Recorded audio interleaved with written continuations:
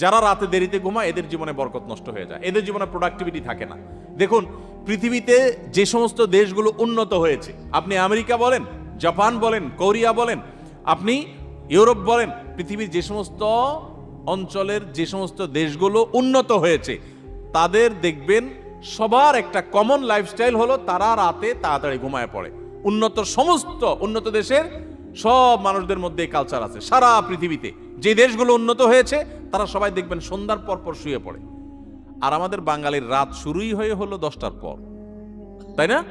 আমরা অফিস আদালত থেকে আইসা বাসায় রিমোট নিয়া জামা টামার খুলে ধুইয়া বৈশা, এরপরে আমরা এশার নামাজ যদি পড়ি নামাজি হই, আর বেনামাজি হলে তার কোনো কথাই নেই।